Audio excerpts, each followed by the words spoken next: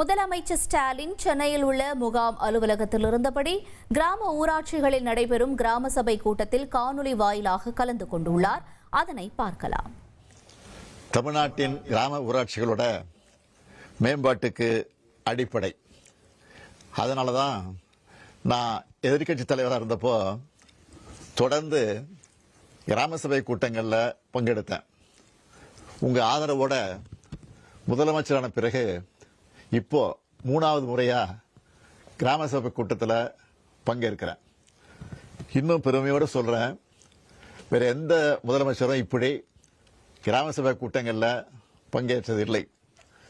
அதுலேயும் தமிழ்நாட்டு வரலாற்றிலேயே இவ்வளவு பெரிய அளவில் 10,000க்கு மேற்பட்ட ஊராட்சிகளையும் இணைய வசதி மூலமாக இணைச்சு கிராம சபை கூட்டத்தை நடத்துறது இதுதான் முதல் முறை.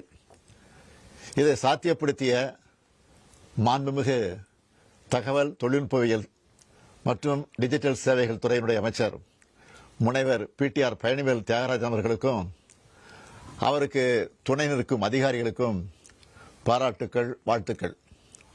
அதே போல நம்ம ஜனநாயக அமைப்போட அடித்தளமான கிராமங்களை உயர்த்த பணியாற்றி வரும் மாண்புமிகு ஊரக வளர்ச்சித்துறை அமைச்சர் திரு ஐ. பெரியசாமி அவர்களுக்கும் அவருக்கு துணை நிற்கும் துறையின் செயலாளர் திரு ககன்தீப் சிங் பேடி IAS அவர்களுக்கும் திரு பொன்னையா உள்ளிட்ட அரசு அலுவலர்களுக்கும் பாராட்டுக்கள், வாழ்த்துக்கள்.